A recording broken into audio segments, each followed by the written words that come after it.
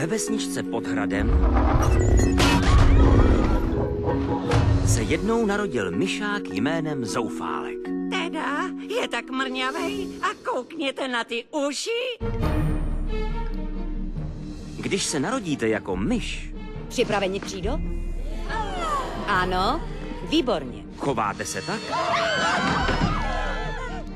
Nebo jste zvědaví? Ty jsi nezalezl. Vypadá to jako kort. Možná, ale je to nůž na maso. Je přenádherný. Ale Zoufálek dělal všechno Zoufálku, nedělej to! vždy po svém.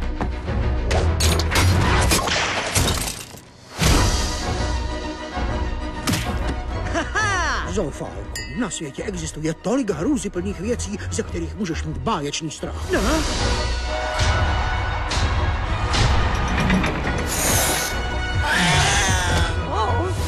Ve světě, kde vládne strach, Jenom to zkus. Zkus být chvilku statečný. A to špatně dopadne.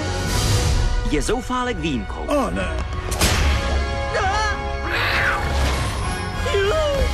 Ty jsi krysa. Ne, Tak myš? já jsem kavalír.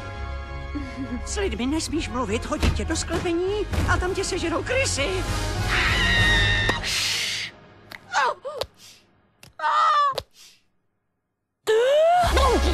Příběh o Zoufálkovi.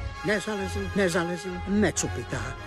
A ještě něco. Kreslil si do sešitu obraz. Ne, kocour. To snad není možné. Bohužel ano. Říká mu chloupek. Ty jsi ale zvláštní myšák. Děkuji. Již brzy v kinech.